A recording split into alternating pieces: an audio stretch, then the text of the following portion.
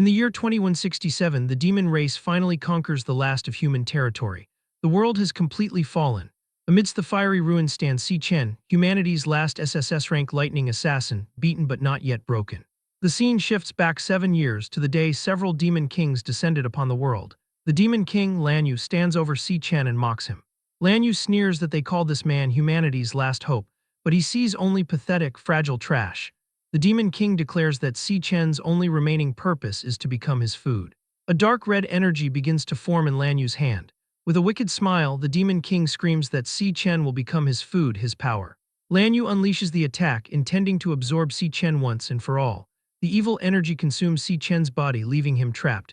In his final moments, he remembers everyone he has lost: his sister, his comrades, his master. Rage fills him as he thinks of how their lives were snatched away by these beasts. Fueled by vengeance, Si Chen decides to use his last ounce of strength to drag Lanyu down to hell with him. He activates his SSS ultimate skill, Terminus Arc, unleashing an overwhelming wave of light. The Demon King is instantly paralyzed, wondering what this power could be. A faint smile on his face, Si Chen accepts his fate as the light completely engulfs him. He recalls everyone he loved, his sister, his master, and his parents. He regrets not being strong enough. He thinks that if only he had been stronger, if only he had discovered the demon lair sooner, he might have stopped the very first Demon King. Then he would not have lost everything so early. A moment later, everything goes dark. Slowly, he begins to wake up, his vision blurry. Si Chen opens his eyes to find himself lying in a small bed inside a room. As he sits up, he looks down at his hands, shocked to find that he is not dead. He looks around, wondering where he is, then walks to the window to get his bearings. Outside, he sees a building with a sign that reads School Infirmary and students walking across a campus. Si Chen is confused. The world was destroyed. There should be no one left. After a long moment, he finally accepts his new reality. He has returned 10 years into the past, back to his university days. A strange energy hums around him. A system message appears before his eyes. Power of Gluttony, integration complete. He looks at a nearby device and confirms the date, May 16, 2157. This confirms it. He has traveled back exactly 10 years. He realizes this is 3 years before the terrifying descent of the Demon Kings. Si Chen remembers that in 3 years, the first Demon King, Wrath, will descend upon this world. It was that monster who opened the gates of hell, starting the nightmare that led to humanity's fall. But now Si Chen is filled with a new resolve. He is back. He believes that if he defeats Wrath, the first to appear, he can prevent the gates from ever opening and change everything. The message about the power of gluttony reappears, and he wonders what this interface is. The strange screen has been floating in front of him since he woke up. He taps it, revealing a window filled with game-like data. It shows his name and his attributes, and he questions if this is his current status.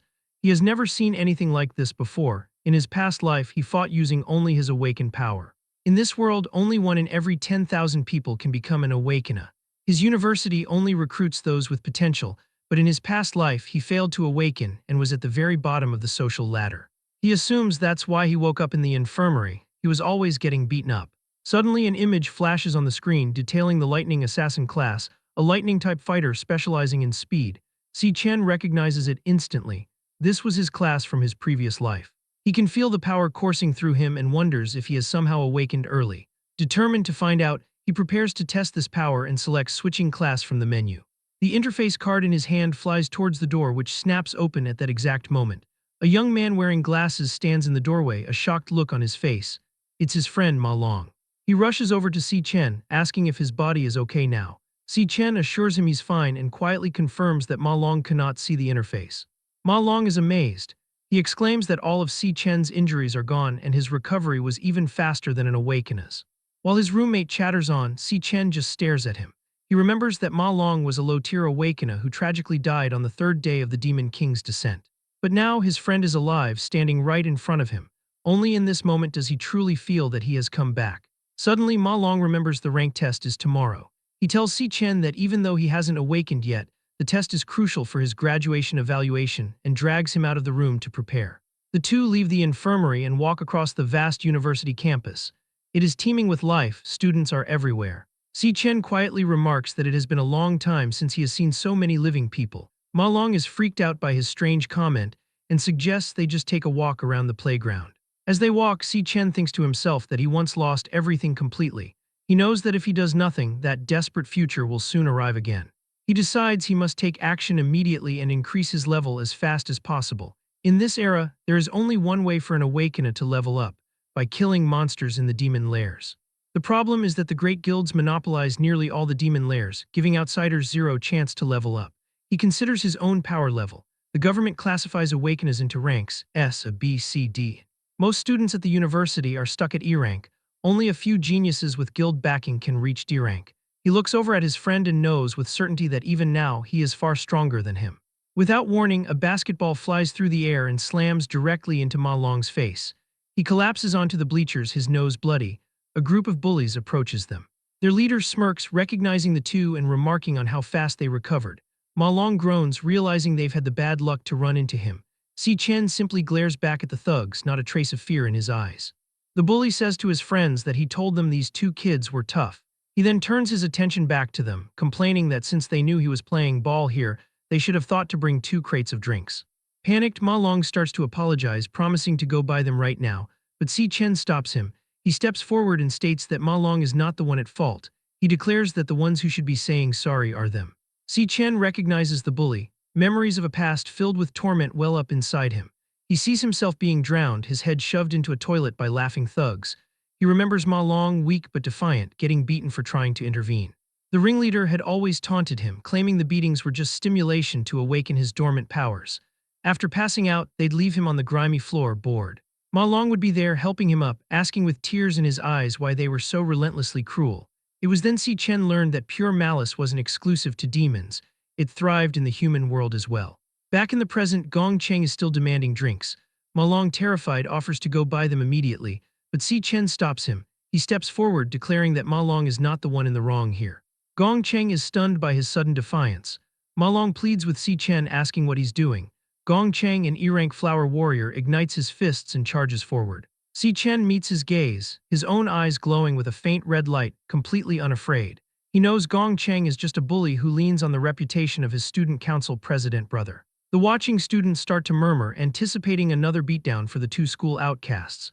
Gong Cheng, his fists enveloped in a green aura, gets right in Si Chen's face and demands to know what he said. Si Chen's reply is cold and simple, to never bother them again. Enraged, Gong Cheng screams that Si Chen needs another beating and throws a punch. To everyone's astonishment, Si Chen blocks the punch with one hand. The force of the impact sends Gong Cheng staggering backward. The crowd gasps. They can't understand how an unawakened nobody could block that attack. Humiliated, Gong Cheng roars, enraged that a weakling would dare challenge him. A small smile plays on Si Chen's lips. He remarks that this is a perfect chance to test his new skills. He activates his electric assassin class. Lightning crackles to life around him. Ma Long's jaw drops. He stammers, asking when Si Chen awakened. Gong Cheng, however, is not intimidated. He activates his indestructible demon armor. His arm transforms, taking on the appearance of jagged rock as he throws a powerful punch. Si Chen dodges with blinding speed and counters with a punch of his own. His lightning-infused fist connects squarely with the bully's face. The force of the blow sends Gong Cheng flying. The crowd, along with Ma Long, are stunned into silence. Gong Cheng hits the ground and immediately starts cursing, accusing Si Chen of a sneak attack. He shouts at his lackeys, asking if they're just going to stand there and watch, but they are frozen with fear. Si Chen's aura is overwhelming, none of them dare to move. Filled with rage, Gong Cheng gets back to his feet and charges, screaming that he's going to kill him. Si Chen effortlessly catches his arm. He channels lightning into his grip, causing Gong Cheng to cry out in pain. With a look of utter disdain, Si Chen tells him he is far too weak. He then delivers a devastating, electrified kick to Gong Cheng's chin. The blow sends the bully flying through the air before he crashes back to the ground, knocked out cold in a small crater. He lies there, utterly defeated. The crowd is silent, and Ma Long is still on his knees in shock. He can't comprehend when his friend became so powerful. Si Chen looks at his hand, then at his status window, drawing a few conclusions. First, he can switch to his electric assassin state at will. Second, his base form is strong enough to handle E-rank awakeners, but there is a problem. After defeating Gong Cheng, his stats haven't changed at all. He summons a lightning dagger into his hand, a new question forming in his mind. The crowd gasps as he approaches the downed bully. Ma Long shouts his name, asking what he's going to do. Si Chen places the tip of the lightning blade against Gong Cheng's neck. He wonders if the way to gain experience is still the same as it was in the past. As Si Chen prepares to deliver the final blow, a woman's voice cuts through the tension. It is Ling Yu, the vice president of the student council. She reminds him that this is a school and the punishment has been sufficient. With a smile, she assures Gong Cheng that he won't be bothered again. Si Chen relents, the lightning dagger in his hand dissipating. He questions whether the council is truly so eager to protect someone like Gong Cheng. explaining that without a clear and absolute deterrent, bullies like him will never stop. Gong Cheng's friends, now thoroughly terrified, decide they will never provoke Si Chen again. As Ling Yu turns and walks away, Si Chen leaves as well. Later that night in their dorm room, Ma Long is excitedly trying to convince their other roommates, Xiang Zhuo and Xiang Yu, of what he witnessed. He insists that Si Chen has awakened as a powerful electric assassin, strong enough to completely humiliate Gong Cheng. Xiang Zhuo, an E-rank nucleus mage, is skeptical. He points out that if Si Chen were so strong, he wouldn't be out doing basic physical training. Xiang Yu, a flower chanter, agrees, suggesting that Ma Long must have taken a hard hit to the head. Xiang Zhuo reminds them all that they were put in this dorm together, because they are the 4 lowest-ranked students in their year. He boasts that as the only combat class among them, a nucleus mage, he is clearly the strongest in the room. He declares that this is an unchangeable fact. He continues, scoffing at the idea that the weak Si Chen could be an assassin, and claiming that he himself is the one getting stronger. But his roommate just tells him that the rank test tomorrow will settle everything. Meanwhile, at an E-rank training demon lair, Gong Ting, the student council president and Gong Cheng's older brother, finishes his training for the day. As he exits the lair, he finds his bandaged brother waiting for him. Gong Cheng, his voice filled with hatred, demands that his brother deal with Si Chen for the public humiliation he suffered. With a cold and steady gaze, Gong Ting simply tells him that he understands. He assures his brother that he will handle it personally. Elsewhere, Gong Ting and Ling Yu are having dinner. She asks how he intends to handle the situation, nodding that his brother was soundly defeated. He expresses his doubts about Si Chen's supposed strength. Ling Yu points out that fewer than 10 students in the entire school have reached D rank, and he has already recruited all of them into his club. Furthermore, she reminds him, others lack the same access to demon lairs. Mediocre awakeners simply have no way to improve, and no one can catch up to his pace. At the same time, Si Chen is in the middle of a 20-kilometer run in the pouring rain, burdened by 100 kilograms of weights. He knows that an awakener's upper limit is directly tied to their physical strength.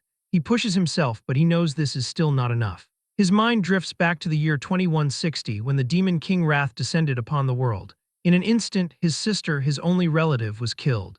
It was Wrath who opened the gates of hell, allowing the other demon kings to pour into the human world. And so his first goal is clear: he must kill Wrath. To do that, he has 3 years to surpass the demon's growth. His thoughts are interrupted by the vibration of his phone. It is his sister returning his call. He answers, his voice heavy with emotion. She explains that her phone had died and she just plugged it in. She then excitedly tells him that if she wins her competition, their rent problems will be solved. Noticing his silence, she asks what's wrong. With a smile and tears in his eyes, he tells her it's nothing. It has just been too long since he heard her voice. She laughs, confused by his words, and says her goodbyes, promising to call with good news soon. He hangs up the phone. Now everything has truly started over. He pushes himself to run 3 more laps, driven by the need to protect everything he loves. 8 hours after returning to this time, he finally returns to his dorm, exhausted. He stands in the shower, thinking about adapting to his younger, weaker body. After he's clean, he considers his next steps. Leveling up requires access to demon lairs, but they are all monopolized by the guilds. He wonders how he can possibly come into contact with monsters. And then there's the power of gluttony. What exactly is it? As if in response to his thoughts, the gluttony system boots up before his eyes. His consciousness is suddenly pulled from his body, and he finds himself falling into a strange, crimson abyss. He lands in an unfamiliar landscape dominated by a single, terrifying tower. He looks around, confused. He was just in his dorm, sleeping. Looking to his side, our protagonist spots 2 strange, shapeless creatures approaching him. Soon after, a full horde of E-rank monsters, identified as Death Hounds, appears, and they all seem to be Cloud Warriors. Faced with this new situation, he wonders if he has somehow ended up inside a demon lair, and immediately decides to switch his class to fight. A notification confirms that the class switch is complete. He resolves to first solve the immediate problem in front of him. With his electric speed, Si Chen charges directly at the monstrous creatures. He unleashes a precise strike, cleanly cutting one of the monsters in half without any difficulty. After the creature is defeated, a notification appears, stating he has obtained 3 death forests. With his current strength, he continues to fight the monsters without pause. He quickly realizes that dealing with these E-rank monsters is nothing more than child's play for him. As he sees the experience points flooding in, he becomes certain that this is not a dream. Most importantly, this is a place where he can finally gain experience and level up. As he levels up, all of his stats increase by 5 points at once. He is excited by the realization that he has found a demon lair he can raid all by himself for training. Suddenly, a massive wolf with glowing red eyes appears before him. It is a boss. Seeing this formidable foe, our protagonist decides to use this place to properly test his limits. The boss charges straight ahead, but Si Chen dodges its attack and launches a counterattack with his lightning. After the monster is defeated, he levels up again, reaching level 3 and obtaining several items in the process. He is shocked to have leveled up twice in such a short amount of time. As he looks down at the monster's body, a strange red message appears above it. The message states that the creature's body is devourable, and he is confused by the term. Not understanding its meaning, he wonders what exactly devour means. To find out, he extends his hand toward the monster to see what will happen. A bright light shines from his hand, and he wonders if this is the true meaning of the power of gluttony. The monster's body begins to disintegrate and is completely absorbed by Si Chen. Following the absorption, an intense energy powerfully manifests in his hand.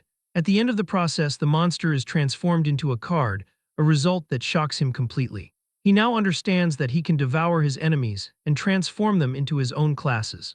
Our protagonist's eyes go wide with this discovery. At that moment, he remembers a frightening and familiar scene from his past. Si Chen recognizes that this is the exact same power the Demon King Lanyu used against him. The power of gluttony originally belonged to the Demon King, but our protagonist has now seized it for himself. In this world, it is an unchangeable law that each person can only possess one class, with its own inherent strengths and weaknesses. But now Si Chen has broken that rule. He possesses two classes simultaneously. He begins to think that if he can devour other monsters, he can gain even more powers. A determined look forms on his face as he realizes he could potentially have infinite classes if he continues. Despite his excitement, he wonders why he obtained such an absurd power. He also questions the nature of the demonic tower that stands behind him. Suddenly, an insane amount of energy erupts, throwing him backward without warning. He feels an intense pressure and wonders what is happening in this place.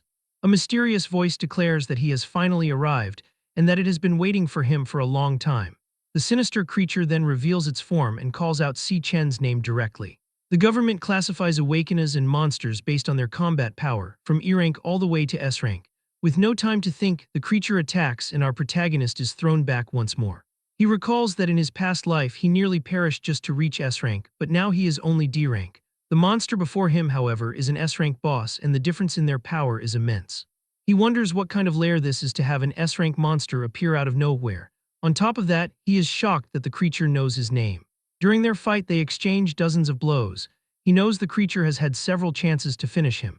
Even so, the monster attacks him again with absurd force, knocking him backward. But he notices that all of its attacks miss his vital points, serving only to knock him down over and over again. From a superior position, the monster asks if he is still going to keep fighting. All beaten up on the ground, Si Chen finally understands. The monster wants him to submit. The monster tells him he had better reconsider its offer, presenting an invitation to guard the tower with it as a rare opportunity. But with a look full of hatred, our protagonist replies that he will never stay in this hellhole. In response to his refusal, the creature attacks him with its energy blade, severely injuring his shoulder. The blow is brutal, and he is shocked by the pain as blood gushes from the wound. The beast asks if he truly thinks it will not take his life, explaining that its patience is only because he is the only one who can come here. With a threatening gaze, the creature begins to emanate its purple energy over the bodies of the surrounding monsters. Its power overflows as it asks him one last time, all while increasing its own strength and resistance. From there, the monster gives him an ultimatum: either stay and obey or be completely crushed. Even in this impossible situation, Si Chen does not give in. With lightning surrounding his body, he prepares his answer with a smile. He then yells with all his might that he chooses to fight and to wipe out the creature right here and now. The hooded being simply laughs, calling him ridiculous, and prepares to end the fight once and for all. Our protagonist does not back down. He charges forward, his lightning clashing against the enemy's purple energy. Surprisingly, he manages to block the monster's powerful weapon using only one hand. With a focused look, he reveals that he managed to figure out the enemy's pattern during their battle. He noticed that before each strike, the creature has a small opening of 0.4 seconds. With this knowledge, he can predict the blade's path and dodge the blow with precision. Most importantly, after attacking, the creature has a recovery lag of 0.2 seconds. He decides to aim for this opening while the monster is defenseless. With his lightning blade, he lunges forward and successfully pierces the creature's heart in an instant. He knows that a D rank cannot kill an S rank, but the paralysis from the blow should hold it for a few seconds. With no time to waste, he activates his lightning god ability, increasing his speed by 10 times. For him, these few seconds of paralysis are more than enough to escape. During the fight, he had observed the area and identified the only source of light as his chance to get out. He runs toward this light and extends his hand to pass through it. But as he passes through the light, he realizes it has vanished behind him. The monster reveals that the light was just an illusion and that this place is not a demon lair at all. Even so, the creature praises him for finding the flaws in its attacks so quickly. The beast then transforms, revealing its true form, and says that Si Chen is the only one who can bring hope. Si Chen is in shock. He has seen this appearance once before on the Demon King Lanyu himself. The creature continues, saying that even when faced with despair, he calmly analyzes the situation and risks everything for a single glimmer of hope. The mysterious being reveals that during its final battle, Lanyu had effortlessly switched between several high-rank classes. In one moment, the Demon King became a creature of pure ice, freezing everything around it. In the next, a colossal ice dragon dominated the sky. Then it transformed into a fiery beast of devastating power, followed by a monster of venomous vines, and finally a being of holy light, each form as powerful as the last. Si Chen vividly remembers these transformations, and one of them was identical to the creature standing before him now. The being confirms this was its appearance when it was defeated and sealed within this place. A horrifying realization dawns on Si Chen. This creature must have been devoured by Lanyu's power of gluttony, and since that power is now integrated into his own body, he questions if this entire place exists inside of him. The creature praises his sharp mind and declares him worthy of everything this place holds. Confused, Si Chen asks what that means. In response, the monster presents him with the Key of the Void, an SSS-Rank item that opens the gates of the demonic tower. It explains that Lanyu devoured countless ferocious demons, sealing the strongest of them within that very tower. The creature instructs him to devour them all to grow stronger, to let them all become his fuel. Si Chen takes the key, still not understanding, and asks why it is helping him. The being explains that even among the demon race, a line exists between good and evil, and the Demon Kings slaughtered its entire kin to satisfy their own greed. It tells him it has waited for an eternity for a chance at revenge, and that Si Chen is its only hope. Still confused, Si Chen asks who it is talking about. The monster simply points to the tower and says all the answers are hidden within for him to find. As it begins to fade, the creature tells Si Chen to take its power and make them pay. He hesitates, questioning if he should really accept a monster's power. The being's voice echoes around him, urging him to become unstoppable, to devour everything inside the tower. It warns him that the demons sealed within are the most cunning and vicious entities in existence, and they will not be as lenient as it was. It tells him he must endure, conquer, and stand at the very peak of this world. He must fight until he has devoured every single one of the Demon Kings. As it disappears completely, the creature says that only a man with such resolve is worthy of its power. A purple energy flows from the fatting creature into Si Chen's hand. A loading bar appears and his level skyrockets to 10. 2 demonic swords appear as a reward. A look of grim determination on his face, he accepts his new mission and vows to carry out the monster's will. A system notification confirms that he has devoured the beast, obtaining the Star Warrior class and its skills. The morning sun streams through the window of his dorm room. A voice shouts for everyone to wake up. Si Chen sits up in bed, startled and disoriented. His roommates are rushing to get ready, and he realizes he is back in the dorm. He checks his body, his wounds are completely healed. He wonders if it was all just a dream, but his system interface appears, proving it was all real. Even the loot he obtained in that other place came back with him. He is shocked. He jumped to level 10 in a single night. He wonders what rank he would be classified as now. At that moment, Xiang Yu approaches his bed with a smirk. He mentions that someone was talking big about Si Chen last night. Ma Long in the background looks embarrassed. He was the one who had been bragging to their roommates. Xiang Yu scoffs at the idea of Si Chen trying to topple his reign as the strongest in the dorm. With a challenging look, he says the rank test will reveal what Si Chen is really made of. As the group walks towards the testing grounds, Xiang Yu continues to boast, snacking as he goes. He reminds them that while they are all E-rank, he is a mid-E rank, a massive gap in power. He claims he could take on 10 of them at once. He even muses that his own rank might have gone up since the last test. Ma Long ignores him and encourages Si Chen to aim for D rank and shut the idiot up. Si Chen quietly contemplates the possibility. As they cross the courtyard, another group of students approaches. Xiang Yu excitedly waves, trying to get their attention. By the time they arrive at the testing location, the area is already crowded. Suddenly, Gong Cheng's goons appear, pushing their way through the students. The white-haired thug glares in their direction.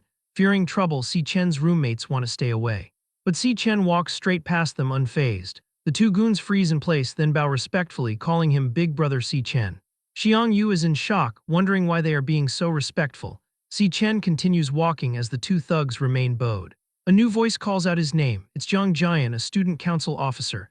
He mentions hearing about the incident with Gong Cheng and reminds Si Chen that the bully is the younger brother of their esteemed president Gong Ting. The roommates are terrified. They know Jiang Jian is the president's personal lapdog and a powerful D-rank awakener. With a mocking smile, Jiang Jian says he has a sharp sense of smell and can always detect a true powerhouse. He leans in close to Si Chen and sneers, telling him that all he can smell from him is the pathetic stench of a permanent bottom feeder. Unfazed, our protagonist stares at him and asks if he is some kind of dog. This enrages Jiang Jian, who yells back, demanding to know what he just said. But before the situation can escalate, a new voice intervenes, telling Jiang Jian to stop. It is Gong Ting, the student council president. He states that he has already investigated the matter and his brother was the one in the wrong. He turns, adding that it is only right to pay the price for one's misdeeds, and with that he leaves. For a long moment, Gong Ting and Si Chen just stare at each other, an unspoken tension hanging in the air. The silence is broken by an announcement. The rank test is about to begin and students will be called up in order.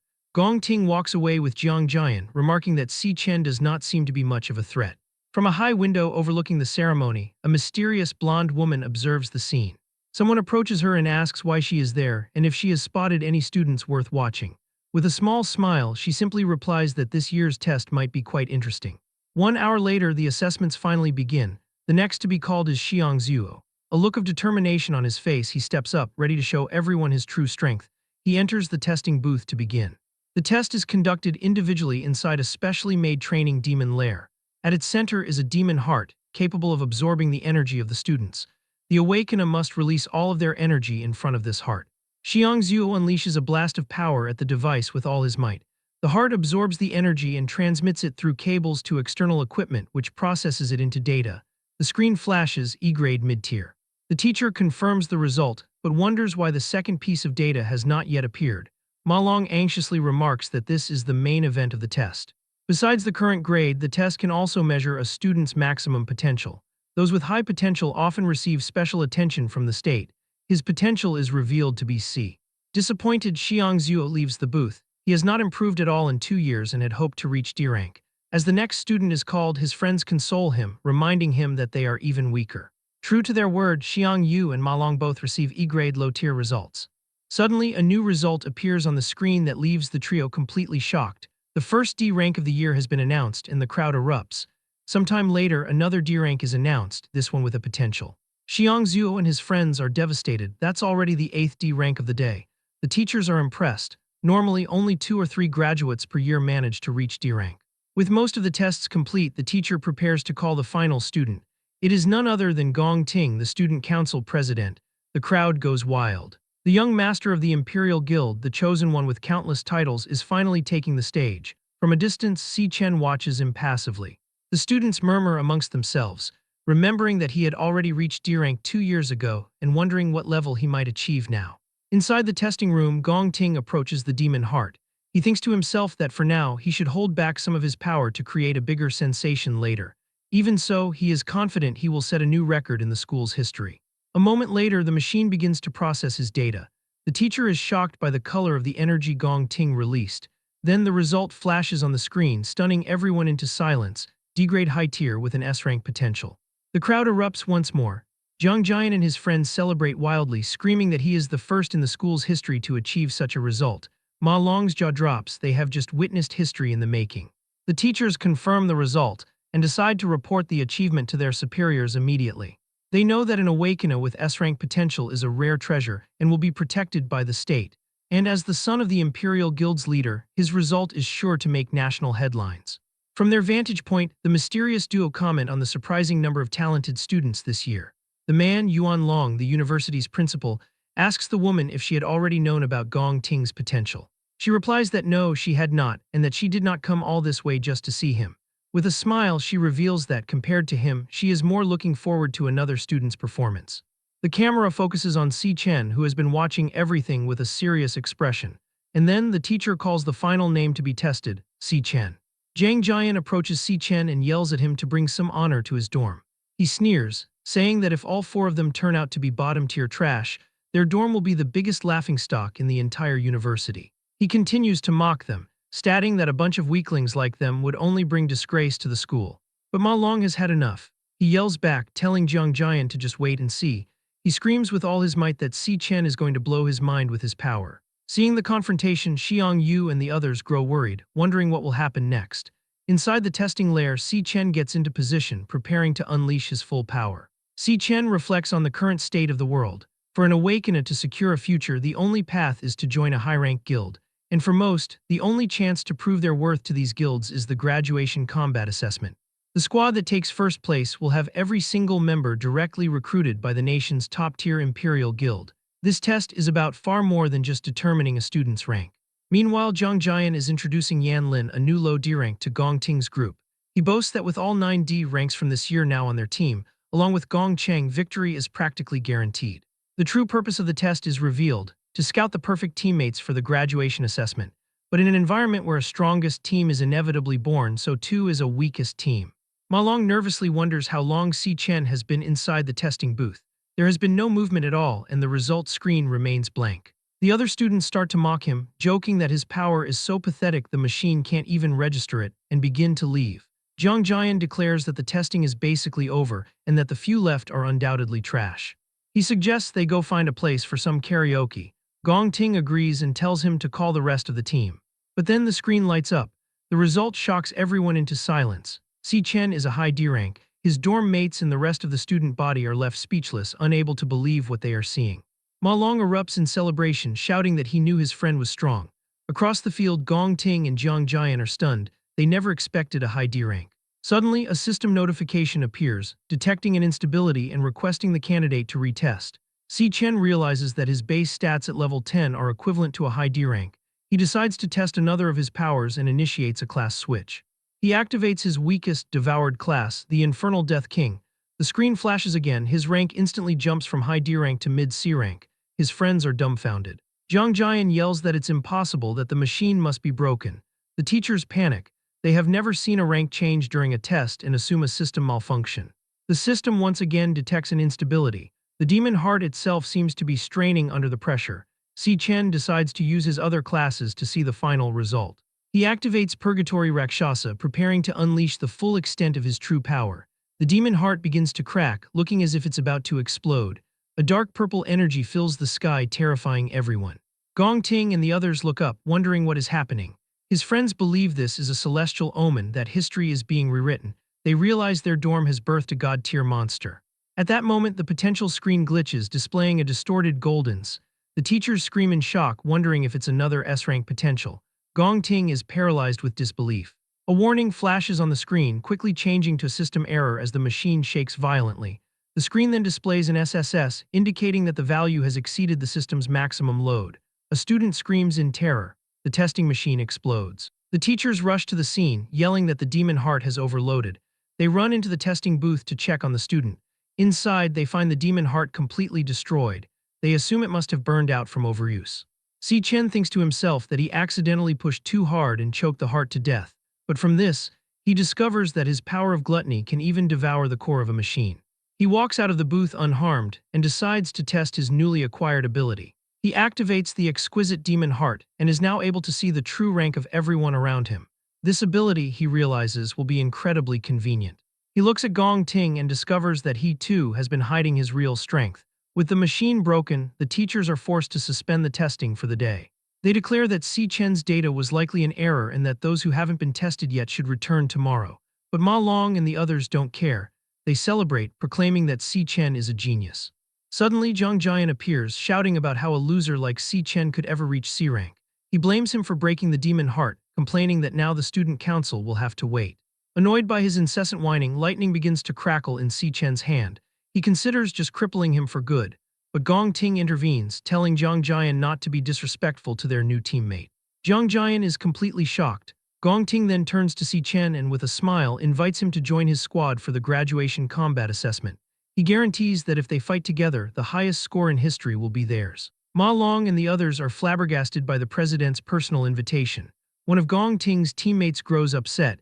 If Si Chen joins, someone will have to be kicked off the team. Zhang Jian questions what right he has to join when others couldn't even get in with bribes. But since the president himself has spoken, he knows he has no choice.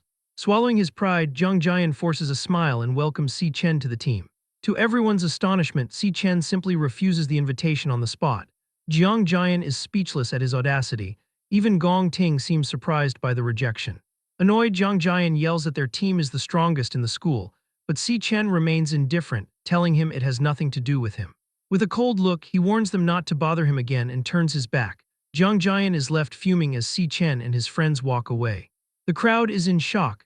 They can't believe Si Chen had the nerve to turn down the student council president. Some students speculate that he's aiming for first place all by himself, but everyone agrees that this will make for some good drama. From a distance, his roommates laugh at the expressions on the bullies' faces and praise Si Chen for his bravery. But Gong Ting simply calms his fuming lackey, saying it's okay. It seems Si Chen has his own ideas. With the test over, the students begin to disperse. Director Yuan Long regrets that the two of them didn't team up, as he had been looking forward to a new school record. However, the mysterious woman just smiles, remarking that this twist has made things much more interesting. She explains that for someone like Gong Ting, who was born with a silver spoon in his mouth, this refusal is a naked declaration of war. One of Gong Ting's lackeys mutters that their president isn't someone to be messed with. Jiang Jian is still seething, convinced that Si Chen is only acting arrogant because of a test error. But Gong Ting quietly wonders if the test wasn't wrong after all. He vows that no one will take his first place. One of his goons offers to teach the inexperienced newbie a lesson, but Gong Ting glares at him, asking if he looks like a petty person. The goon immediately backs down. Gong Ting dismisses the team, saying he is not in the mood for karaoke and walks off alone. As he leaves, he adds that whatever they do has nothing to do with him. His lackeys are momentarily confused, but then a wicked smile spreads across Jiang Jian's face. He understands the message. 10 minutes later, one of the goons informs Jiang Jian that Si Chen has left the school. He had overheard Si Chen saying he was going home and had left campus without eating. Jiang Jian crushes a soda can in his hand, thinking that heaven is helping him. A sinister smile on his face, he realizes that outside the school, he can deal with Si Chen without any repercussions. Meanwhile, Si Chen is walking calmly down the street near the university, unaware of the plot against him. He's focused on his own plans. He remembers that in his past life, a peak guild had encountered a powerful demon inside a certain lair, Wrath. With a single attack, the entire team was annihilated. From that day on, Wrath walked out of the demon lair and began its destruction of the human world. To find that lair, Si Chen has formulated a foolproof plan, but to start, he needs a large sum of money. He arrives at the Mithril Monster Exchange, which will one day become the country's largest material exchange. He knows that weapons and equipment are key elements in determining and awaken his strength. He walks up to the counter and dumps a handful of monster fangs on it. The appraiser is shocked, asking how a student could have obtained such items. Si Chen calmly replies that a monster dropped them. The man is confused, saying he has never seen them before, but a female employee recognizes them immediately as Sangson's Fang, a drop from an E-rank monster. While she is explaining the item's uses, the appraiser cuts her off, dismissively stating that an E-grade item is worthless. He boasts that he only deals with D-grade goods and above. Internally, he complains about the recent lack of high-grade customers, lamenting that he'll never get his promotion at this rate.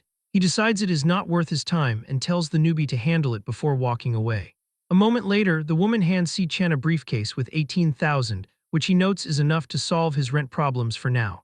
He then says he has one more thing to show them. His hand begins to glow, and he summons a massive demonic greatsword with a sinister purple aura. The employee is stunned, guessing that it must be at least a B grade or maybe even an A-grade weapon. But the appraiser scoffs, reminding her that an A-grade weapon costs $1 million, and he's never even seen one. A man with blue hair suddenly appears, agreeing that it is not a B-grade or a grade weapon. The appraiser, trying to suck up to his boss, agrees that a poor student wouldn't have anything of value. But the boss reveals that the sword is an S-grade piece of equipment from the Purgatory lands. The appraiser and the employee are paralyzed with shock. The boss enthusiastically shakes Si Chen's hand, welcoming him as a distinguished guest. He immediately invites him to the VIP room, assuring him that any request he has will be handled. Si Chen smirks. The man Qingjai has finally appeared just as he had planned. He is a key piece in Si Chen's plan. Inside a lavish room, Si Chen calmly sips his tea as he prepares to make a deal. Across from him, Qingjai asks what he intends to do with the S-rank equipment on the table. With a cool expression, Si Chen gets straight to the point and says he wants $1 million for it. Qingjai is floored by the offer and wonders if he heard correctly, as the amount seems far too low. He explains that an S-rank weapon is worth tens of millions and would cause a frenzy on the market. Si Chen then clarifies that he does not want to sell the weapon but rather use it as collateral for a loan. This revelation sets Qingjai's mind racing. This is not an idea a typical college student would come up with. As Si Chen continues to sip his tea, the manager wonders if he is the runaway scion of a wealthy family or a super genius hiding his true strength. Sensing his hesitation, Si Chen offers to pay the loan back in full after 1 month, with an additional 10% interest to seal the deal. With that, Qingjai asks the female employee, Little Li, to step outside so they can speak privately. Adjusting his glasses, he begins to piece things together, noting that Si Chen attends the National Awakener University. He continues, recalling that the university's graduation combat assessment is in exactly 1 month, and the prize for first place is exactly 1 million. He ventures a guess. Si Chen is confident he will take first place in the assessment. From this, he deduces that Si Chen must be in desperate need of the money right now, with no other options, which is why he is resorting to this. Understanding the situation, Qingjai decides to make a counteroffer. He offers 1.5 million in cash immediately with 0% interest for 1 month. With a sly grin, he extends his hand and calls it a gesture of friendship. Si Chen remains silent for a moment, analyzing the manager's sudden generosity. Qingjai assures him he will keep everything about their transactions strictly confidential and only asks for preference in any future trading needs. Si Chen is impressed by the man's cleverness and realizes why he is destined to become the #1 exchange manager in the future. To eliminate wrath, Si Chen knows he cannot rely solely on his own strength. He needs reliable partners.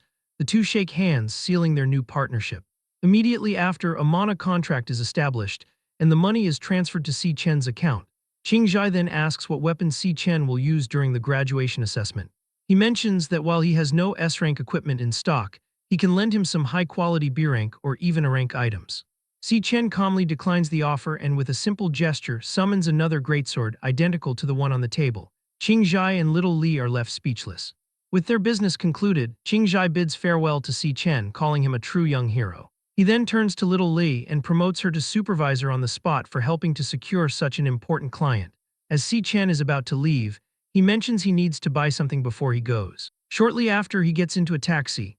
With cash in hand, he arrives at the long-distance bus station. He stands before the building, memories of his past life flooding his mind. Money had always been a problem. Before he had awakened, he had worked desperately at odd jobs just to barely cover the rent for him and his sister. They had lived as frugally as possible. He remembers his sister, Si Yun, with a crumpled acceptance letter to the International Central Academy of Arts. Fearing she would be a burden on their family, she had given up on her dream university to stay with him. Back in the present, Si Chen looks at his phone, thinking his sister should have arrived by now. A familiar voice calls out his name. It is Si Yun, scolding him for waiting at the entrance instead of the exit. She teases him, asking if he got confused from overworking again. He freezes. It has been 7 years since he last saw her. She asks him to help with her luggage, waving a hand in front of his face when he just stands there staring. Without a word, he pulls her into a tight hug. She's taken aback by his sudden display of affection.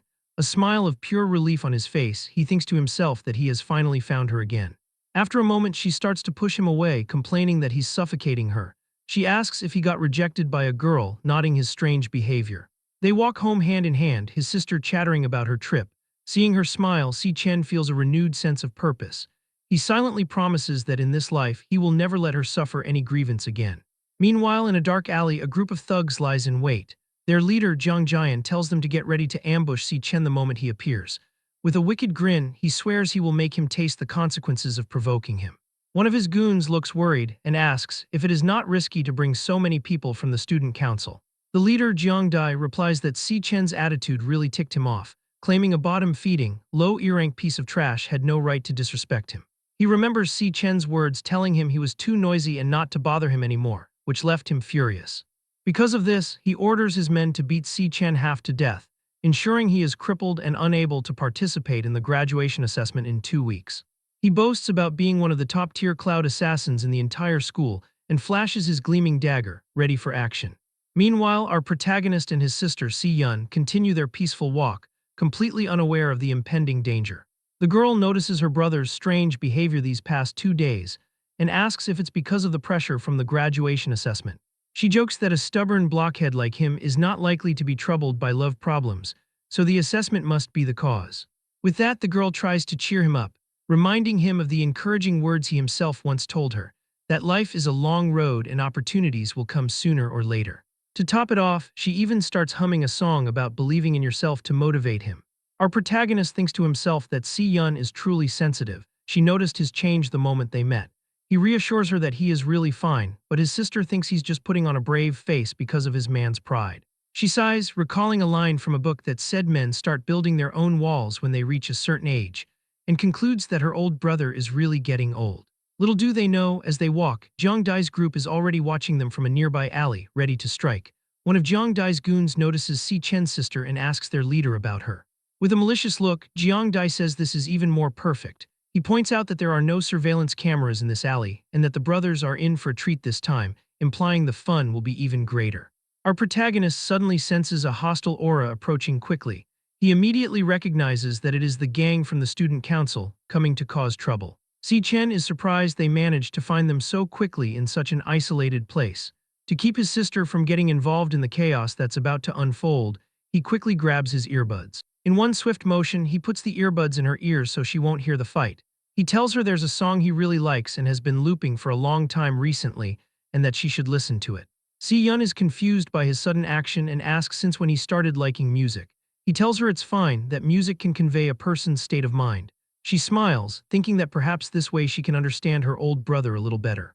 With his sister now distracted by the music, our protagonist turns to face the gang with a serious look, his eyes glowing. The group of thugs approaches with Jiang Dai, a D-rank cloud assassin in the lead, surrounded by several E-rank goons. Completely oblivious to the danger, the girl continues listening to the music with a serene expression. The goons charge all at once towards Si Chen, who calmly waits for them. In that moment, he remembers that in the year 2160 of his past life, he lost his last remaining family member. It was not until 2167, when he returned from death, that he finally saw his sister again. With his eyes glowing with rage, he thinks that this is his first reunion with his family in 7 years, and he is furious that they would dare to come and ruin it. He lunges at the gang. Without hesitation, Si Chen lands a powerful punch to the face of the first goon that approaches. The impact is so strong that the man goes flying, leaving the others completely shocked by the scene. Meanwhile, Si Yun continues to listen to the music with her eyes closed, totally oblivious to the fight happening right behind her. Our protagonist prepares another attack, his fist glowing as the song continues to play in his sister's ears. One of the attackers does not even have time to react before he is hit square in the face. With impressive agility, Si Chen takes on several enemies at once without any difficulty. He unleashes a powerful kick that sends another goon flying through the air. One of the men attempts a surprise attack, throwing a massive punch directly at him, but our protagonist stops it with a single hand, displaying his superior strength. In a quick and precise move, he twists the attacker's arm. The man starts to panic, then screams in pain as Si Chen breaks his arm without the slightest bit of mercy. The force of the blow is so great that the goon's bone shatters on the spot. With one final attack, he sends the remaining enemies flying, determined to protect this precious moment with his sister. Jiang Dai is completely stunned, having no idea what is going on or how Si Chen is so strong. As Si Chen glows with a golden aura, he continues his assault, landing a direct punch on another goon. With a swift move, he knocks out the last of the subordinates, clearing a path to the gang leader. Faced with this situation, Jiang Dai draws his dagger and prepares to fight, finally realizing he severely underestimated his opponent. Gritting his teeth in rage, he boasts that he is a top-tier cloud assassin and that he cannot lose to a nobody. He screams furiously that he won't just stand there and take a beating and charges at Si Chen. But before he can do anything, Si Chen appears directly in front of him and lands a devastating punch. The impact is so brutal that Jiang Dai is sent flying with no chance to defend himself. Si Chen shows no mercy, using all his strength to end this fight once and for all. His fist connects with Jiang Dai's face, breaking several teeth and knocking him out cold. The final blow sends his body flying so far through the air that he eventually disappears from sight at the end of the dark alley. The force of the attack was so immense that the sound of the impact echoes through the area, sealing Si Chen's victory. With all of his enemies now lying on the ground, our protagonist turns around with a cold stare, his red eyes glowing in the darkness. Standing over one of the fallen goons, he repeats his earlier warning to not bother him. With his red eyes glowing intensely, he asks if the attackers do not understand human speech. Completely broken and terrified on the ground, Jiang Dai finally realizes that the test results were real. He stammers out an apology, his voice filled with fear. Impatiently, Si Chen grabs him and presses a dagger to his throat, warning him to shut up or he will slaughter him. The gang leader panics as he looks into the young man's eyes and sees a seriousness that confirms he is not bluffing. Because of this, he wonders how a mere student can possess such a heavy killing intent, and what kind of life he must have been through. With a deadly gaze, Si Chen tells Jiang Dai to remember every single word he is about to say next. He makes it clear that he doesn't care how they, as pieces of trash, choose to rot and stink.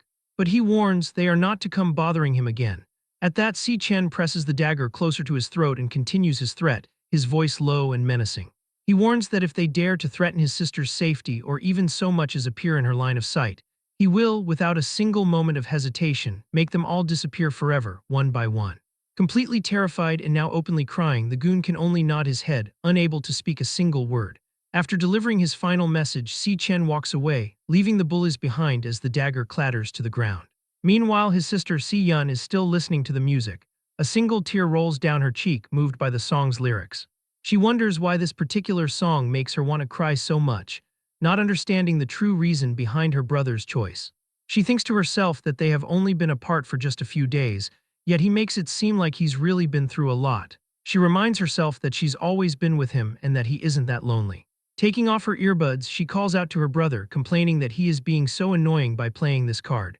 With a gentle smile, Si Chen then surprises his sister with a small gift box. He opens the box for her, revealing a beautiful golden pen, and tells her it is a gift for her. Si Yun is shocked when she recognizes the item. It is a Mana holographic drawing pen, the latest model from the Drager Group. She immediately asks where he got the money for it, knowing that it costs over 10,000. She thinks about returning it because it's so expensive. This causes Si Chen to remember how he had failed to protect her dreams in his past life. With his hands still stained with the blood from the recent fight, he makes a firm decision about this new life. Because of this, he promises that this time he will protect everything about her. Back at home, Si Yun is enthusiastically testing out her new gift. She draws a pink shape in the air and is amazed as holographic fish materialize before her. She exclaims that it's so easy to use and that she can draw images out of thin air. Meanwhile, Si Chen is happily eating, saying he is glad she likes it and complimenting her fried egg noodles as the best. But Si Yun is still worried. She reminds him that they still have to pay the rent and that he cannot be spending money so recklessly. Our protagonist surprises her once again, telling her that he has already paid this year's rent in full. He awkwardly makes up an excuse, saying he went into a small business partnership with a friend and made some money. Si Yun crosses her arms, suspicious, thinking to herself that her old brother is a terrible liar and is definitely hiding secrets from her now.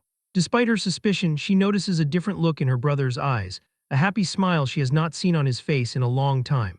Because of this, she shows her affection and concern with a simple gesture. She tells him that no matter what happens, he must not push himself too hard. Si Chen simply looks at her and agrees with a simple reassuring her. Elsewhere, it is revealed that Jiang Dai is seriously injured, with 60% of his body suffering from comminuted fractures. A man stands observing an aquarium and notes that not even the best healer can make him fully recover within a month. He says he did not expect him to actually go look for Si Chen and get cleaned up to look like this. A woman sitting nearby comments that with these injuries, he is going to miss the graduation assessment. But the slick-haired young man, Gong Ting, is unconcerned, stating that his team is just missing a burden with inferior skills and that it doesn't matter. A moment later, he turns around and comes face to face with an older man with glasses and a mustache. This is Gong Xuan, the director of the employment office at the National Awakening University. He mentions Si Chen's name again. The director states that he confirmed the internal results of the last rank test. Gong Xuan confirms that Si Chen is indeed a C rank, making him the only guy in the whole school with a higher rank than his nephew. This revelation leaves Gong Ting completely shocked. Gong Xuan warns his nephew that his father has invited the vice chairman of the alliance to observe his graduation performance, and that they cannot let anyone steal his thunder. Therefore, the director says that if push comes to shove, he can only ask his niece to fill the vacancy in Gong Ting's team. But Gong Ting interrupts, telling his uncle that he worries too much. With a confident smile, he asks if his uncle really thinks he used his full strength during the test. He then guarantees that on the day of the combat assessment, he will let everyone know who is truly the strongest. The scene changes. It is 11:00 p.m. at the National Awakening University male dormitory. Our protagonist is taking a shower, reflecting that his 100 km weighted training for the day is completed. The money issue is solved, and everything is running steadily. He knows his next task is to successfully win the 1 million champion scholarship from the graduation assessment and pay off the loan from Qingzhai. He understands that the contract with Qingzhai must be honored, as he will have many things to ask of him in the future. Lying in his bed, Si Chen reflects that there is less than a month until the assessment. Because of this, he decides it's time to level up a few more times. A moment later, the gluttony system activates in the dark, imposing tower materializes before him. He remembers that the previous test results showed that his weakest class, the Infernal Death King, reached a mid-C rank. Meanwhile, his strongest class, Purgatory Rakshasa, had a rank that failed to display because its potential value exceeded the system's maximum load.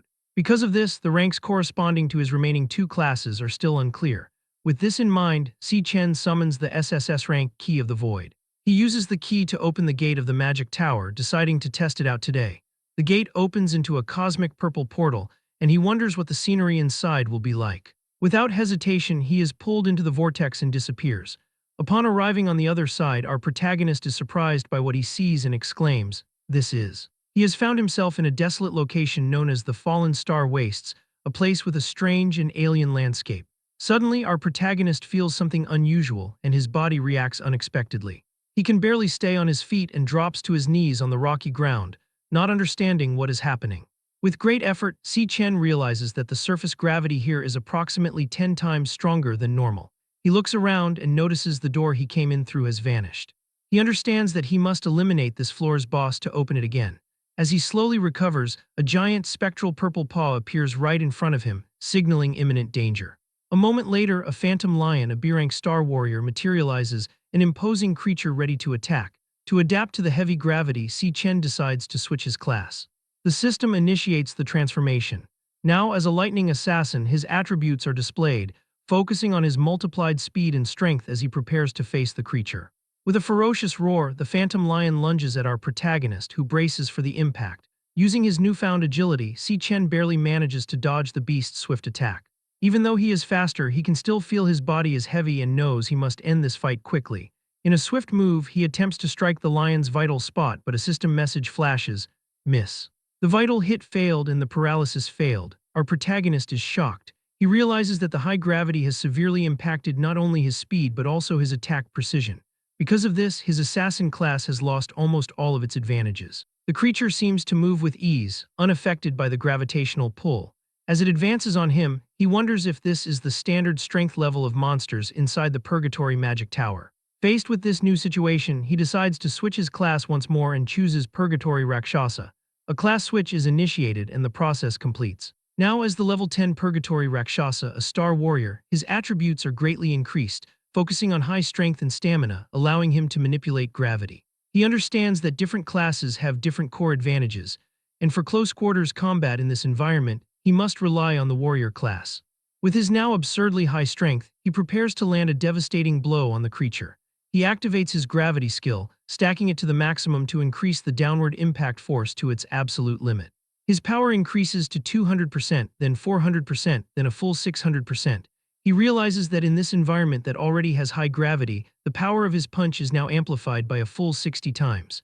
He yells and prepares his most powerful strike. The phantom lion roars back, unaware of the devastating attack coming its way. It is hit head-on by the overwhelming energy of Si Chen's triphase gravity calamity skill in super heavy mode and begins to disintegrate instantly. After unleashing all of his strength, Si Chen collapses to the ground, exhausted and breathing heavily. Lying in the middle of a massive crater, he receives a notification that he has obtained one phantom lion bone. This single fight has earned him 12,000 EXP, leveling him up to 11. The system then explains that every star on a class card represents a multiplier for his stats.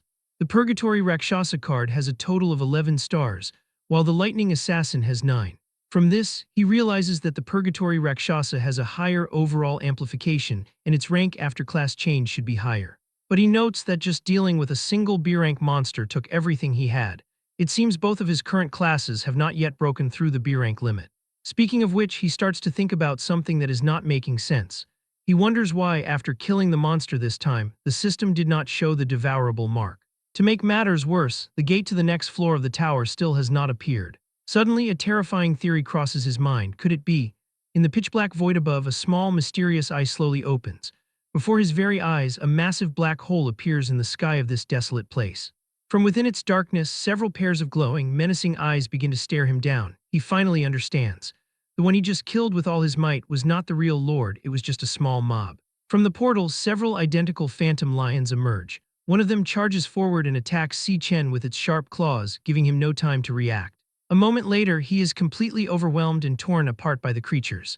Only at this moment does he understand the true meaning of the Purgatory Rakshasa's words. Once the door opens, what welcomes you will be endless pain. As he is being annihilated, he knows he must endure everything. With his face covered in blood, he remembers he must conquer everything. He wakes up with a start back in his bed, realizing it was all a dream.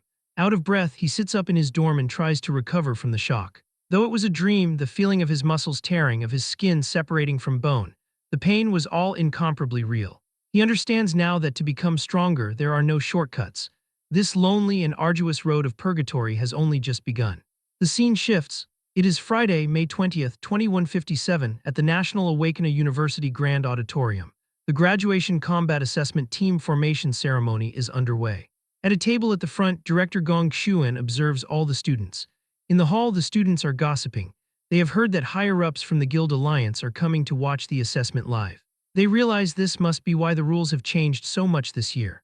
The new rules require every team to have at least 5 members, and at least one of them must be high E rank or above. As they speculate on the reason for the change, Director Gong Xuan clears his throat and prepares to speak.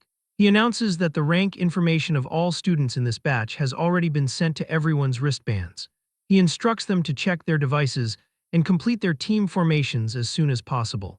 Immediately, all the students begin to check the lists that have appeared.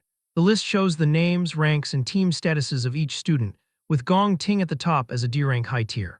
Suddenly, one of Si Chen's roommates points at the screen in shock, exclaiming that something is wrong. At the very bottom of the list, Si Chen's rank is listed as low E rank. His dorm mates are in disbelief, wondering how this is possible. One of them remembers that his test showed C rank and does not understand the change. 2 other students deduce that the demon heart really was broken back then. Another student sighs, saying he had been thinking of teaming up with Si Chen, but now with a rank of low E rank, he didn't expect that. Great, another student comments, now surely no one will want to team up with him. Who would want to carry deadweight in such an important assessment? Another student remarks that Si Chen, after refusing Gong Ting's invitation, must be regretting it to death now. All the while, Gong Ting watches the unfolding situation with a cool, confident expression, saying nothing. From his high vantage point, Director Gong Xuan observes the students' reactions with a cold, calculating gaze. He thinks to himself about his disappointing nephew, wondering when he will learn how to truly utilize power and human nature. He decides it is time to let his uncle teach him a lesson that will ensure his opponents won't even have the qualification to compete. The announcer hurries the students to form their teams, and in a flash, everyone swarms toward Gong Ting. A crowd of students desperately begs to join the student council president's team, with some, like a girl who claims to be a great healer, offering their skills. One of Gong Ting's team members shouts for the crowd to back off, announcing that there is only one spot left on their team. Half an hour later, the formation of several teams is finally and successfully completed. While the other groups celebrate, the protagonist and his friends are left isolated in a corner. The heroes group is disheartened because, due to their low ranks, no one wants to join them. They worry they will not even be able to qualify for the graduation assessment because they do not have enough members. One of his friends gets angry, insisting it is impossible for Si Chen's performance to have resulted in the lowest rank. The protagonist then realizes the rules were specifically changed to target their dorm. The combat assessment is the student's single greatest chance to show their worth, and a team's score defines everyone's future employment prospects. In addition, the number of monsters inside the Devil's Cave will be determined by the number of team members. Therefore, having more people does not necessarily guarantee an easier time or a higher score. Even so, the strongest students form their own groups, and no one is willing to team up with the weakest in the school. Seeing the stalemate, a girl approaches and calls out to Xiang Zhu, one of the protagonist's friends. She informs him that her team is just missing one person, and invites him to join so he does not get stuck with the low E-rank trash from his dorm. Our hero understands that if this continues, the 3 of them will surely be left behind, losing their qualification to compete after all their training. But his roommate apologizes to the girl, politely refusing her offer. He states that he will not abandon his roommates because their dorm agreed long ago to team up together. The other group gets furious with the refusal, calling him an ungrateful punk for not knowing what is good for him. A look at the team status list shows that almost every team is already full and time is running out. One of Si Chen's friends begins to panic, realizing they are still missing one person with barely any students left. With a determined look, the protagonist stands up as his eyes begin to glow. He notes that the director, Gong Xuan, shares the same surname as Gong Ting and concludes that they are from the same family. He then realizes that the rules and his rank were deliberately changed to target him and his friends, but he is not going to give up on the assessment. If they are going to target him so blatantly, he sees no need for him to be polite either. A class change is initiated, and as yellow bolts of lightning surround him, he decides it's time to show his real strength. On the stage, the director and his assistant are startled as they feel the sudden burst of power. Si Chen's friends are in shock, shouting and asking what he is doing, transforming right there. In Awakener schools, there is a special tradition of initiating one-on-one challenges at any time. With a determined look, Si Chen knows this is the most direct way to display his true strength. He is also sure that Gong Ting will definitely not refuse the challenge. Across the room, the blonde young man just stares back at him with a confident smile. The hero knows that as long as he defeats him, people who want high scores will surely come to team up. But suddenly, a female voice calls out his name and asks if his team is still missing people. The girl announces that she also wants to participate in the school's graduation assessment this year. She introduces herself as Ling Yu, revealing that she reached D rank back in middle school and so shouldn't drag his team down. His friend's jaws drop, wondering since when he became so close with the vice president. Even Gong Ting is surprised, and his lackey does not understand what his cousin is doing.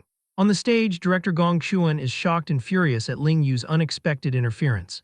As she walks, other students gossip, whispering that she is a super genius girl from the Saint He Kingdom. The director then calls her by name, telling her she cannot participate in the assessment because she is an exchange student.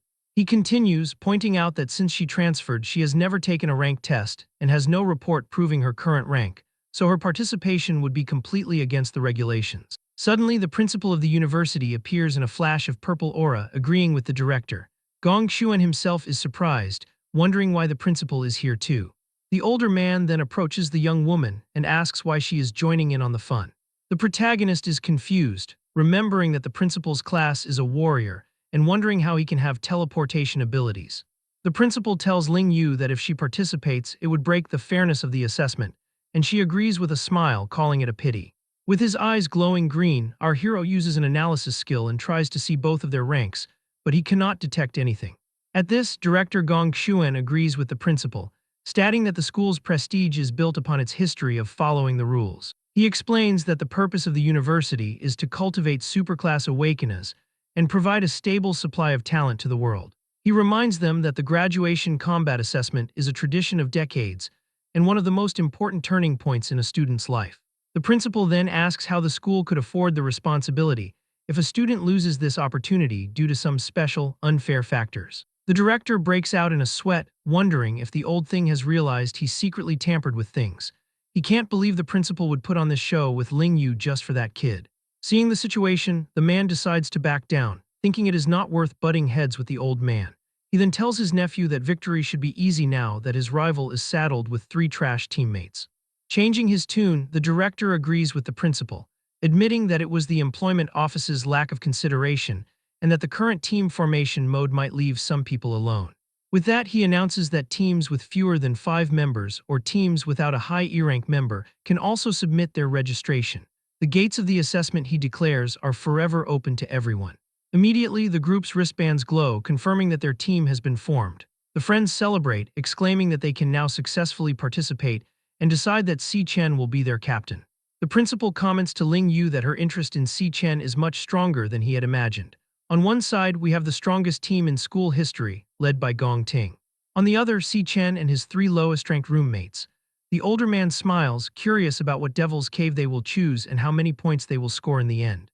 A teacher explains that after team formation is complete, the captain can proceed with the Devil's Cave selection. Suddenly, a ding-dong notification sounds, and the teacher is surprised by the speed of one of the teams. The other students are shocked to see that Si Chen's team has already selected a Devil's Cave. One of his roommates shouts in a panic, unable to believe they chose that place. Si Chen's companions go into a total panic, yelling for him to retract the choice immediately. Despite all the shouting, the young man remains calm while the others frantically ask if he knows what he has just chosen and if he is crazy. At that moment, the system explains that the graduation exam is the first time students will form teams to enter a real Devil's Cave. To obtain credits, students must kill the Lord and mobs inside. Killing all the monsters earns a maximum of 10 points for completion rate. Successfully killing the boss yields 20 points for a Lord kill, and completing the raid within 1 hour grants 20 points for completion time. Different Devil's Cave ranks have different raid difficulties and different score multipliers. If an F-rank Devil's Cave is chosen, the score multiplier is 1.5, for a maximum possible score of 75 points. However, an E-rank Devil's Cave has a multiplier of 2, theoretically allowing a team to reach 100 points. The team that gets the highest score will have all of its members receive an offer from the Empire Guild. The team's MVP, selected by a team vote and teacher evaluation, will directly receive a management position at the guild and a 1 million bonus. Hearing this, the students recall that the highest score in school assessment history is 90 points, a record set by the current leader of the Empire Regiment. They acknowledge that the difficulty of an E-rank Devil's Cave is indeed huge, requiring at least 3 D-rank awakeners to possibly raid it. Watching the rival team, everyone comments that Gong Ting's team might actually challenge the school's history record. Suddenly, the system announces Ding Dong submitted, and a student with glasses is surprised by the speed. He is in shock when he realizes it was Si Chen's team that submitted their choice first. In that instant, everyone discovers that Si Chen chose to face a D-rank Devil's Cave, leaving the entire room in absolute silence. The screen glows, showing the selected D-rank Devil's Cave and waiting for member confirmation. The students shout that no graduate has ever raided a D-rank Devil's Cave, wondering if Si Chen pressed the wrong button. One of his friends grabs him by the shirt and desperately asks if he knows what he just chose. Utterly desperate, his roommate throws himself on the floor, crying and wondering how he ended up in a group with this madman. Just then, a notification glows on each of their wristbands, asking if they agree to join. One of his teammates, face beaded with sweat, begs him to think this through, stating that a D-rank Devil's Cave is too much. With a serious look, Si Chen confirms that he has thought it through. Just then, another submission is made. Gong Ting's team has also selected a D-rank Devil's Cave, with all members confirming immediately. The other students are aghast that 2 teams chose a D-rank cave, exclaiming that they are really in for a good show this year. A member of the rival team scoffs at Si Chen's team, calling them rotten onions acting like garlic. The bullies continue to laugh, predicting his team will scatter in the blink of an eye. Despite the mockery, one of Si Chen's friends, a boy with glasses, just stares at him with a thoughtful expression. He notices a powerful aura exuding from his friend, and remembers how he was the one who relied on Si Chen for cover throughout their time in university. With shining eyes, he understands that his roommate has changed. He hits the agreed button and declares that he will accompany him to the end, since they have made it through 4 years together. The other roommate agrees, saying that since they are last place anyway, a D-rank or F-rank cave makes no difference, so he might as well enter a D-rank cave and see the world. The third member is shocked that his friends have agreed to this. He complains that he is clearly the boss of the dorm, yet he has become the last one to make a decision. Even so, he also hits agreed, declaring that since they're graduating anyway, they should go crazy. With that, Si Chen's team's submission is successfully completed. The group gathers around him and he looks at them, grateful for their trust.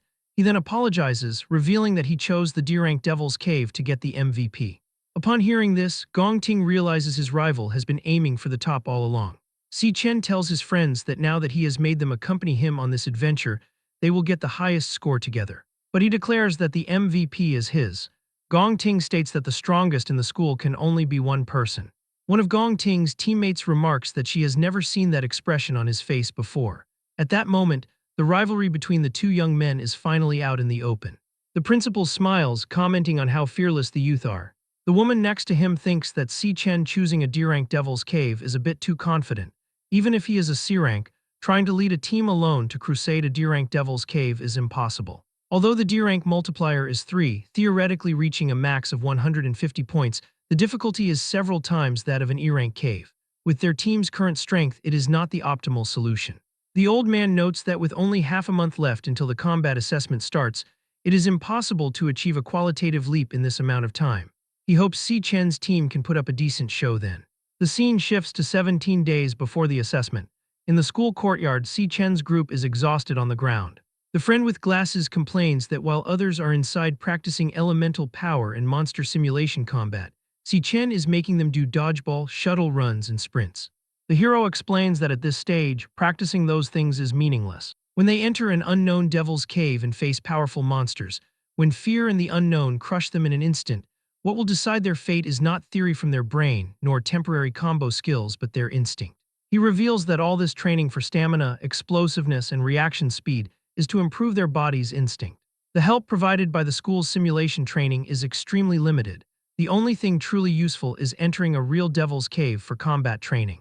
He reflects that ordinary people cannot enter devil's caves available for combat training. Those with advantages and privileges have always been those extraordinary people. They will widen the gap with outsiders at all costs to keep themselves in high positions forever. From birth, they possess things others cannot touch in a lifetime. One of his friends then asks what people like them, with nothing, should do. The hero replies that they must enter the Empire Guild with the highest score and cross the class hierarchy before them.